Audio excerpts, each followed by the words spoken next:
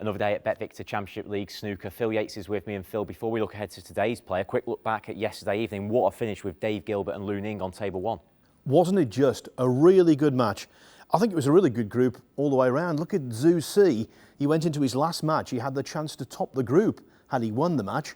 He ended up losing to Aaron Hill, who made a reasonable debut, I thought, as a rookie professional. And that meant Zhu Si finished bottom of the group.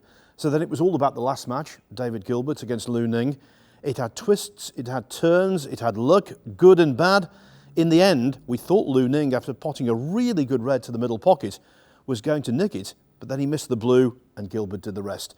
Which means, after 10 completed groups, 7 top seeds are through. And it was one of the first times this week we've actually had it work out that the last match is a shootout to go through, which is one of the beauties of this format, isn't it? It is indeed. I think the first couple of days, the groups on the main table were over after 4 matches of a possible 6, and that's something of a damp squib, but there it went all the way, not just to the last match, but to the very last frame, and that's what we really want.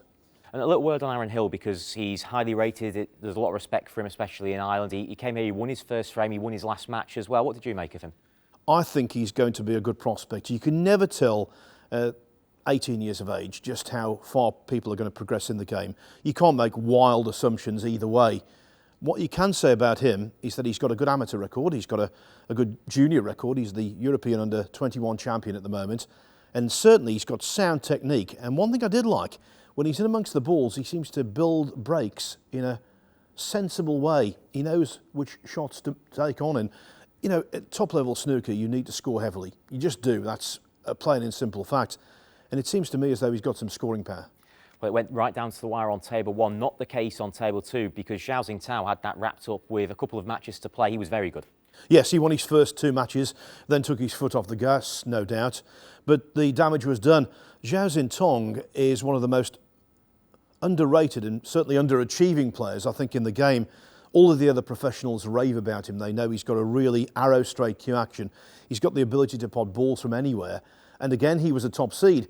So what we've got now, nationalities-wise, 10 players through. We've got 6 Englishmen, 2 Welshmen, and 2 Chinese players, Zhao Xintong today, and of course, Zhu Yulong as well.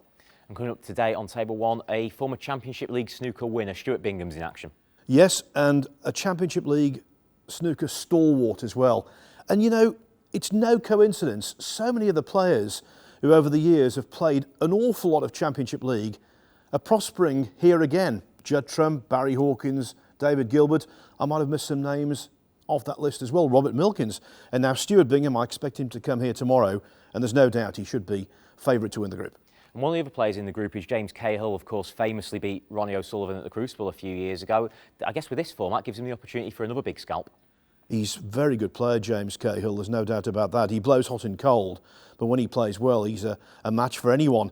It amused me last year when everyone was saying, oh, you know, the first amateur to win at the Crucible, because everyone knows James Cahill is a professional. He was an amateur in name only. But what a performance it was to beat O'Sullivan. The crowd were on his side. He had so many members of his family and friends in the audience. I think a lot of players would have frozen. He didn't. He actually excelled. He thrived in those circumstances. And if he were to win the group tomorrow, I wouldn't be surprised in the least. And over on table two, a first chance of the season to see Zhao Guodong in action.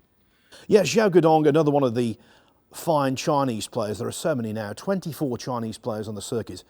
And yeah, again, I think he's one of those players who, when he's at his best, very hard to handle. Well, all the action starts at 11 a.m. We're on Free Sports if you're in the UK, globally at matchroom.live.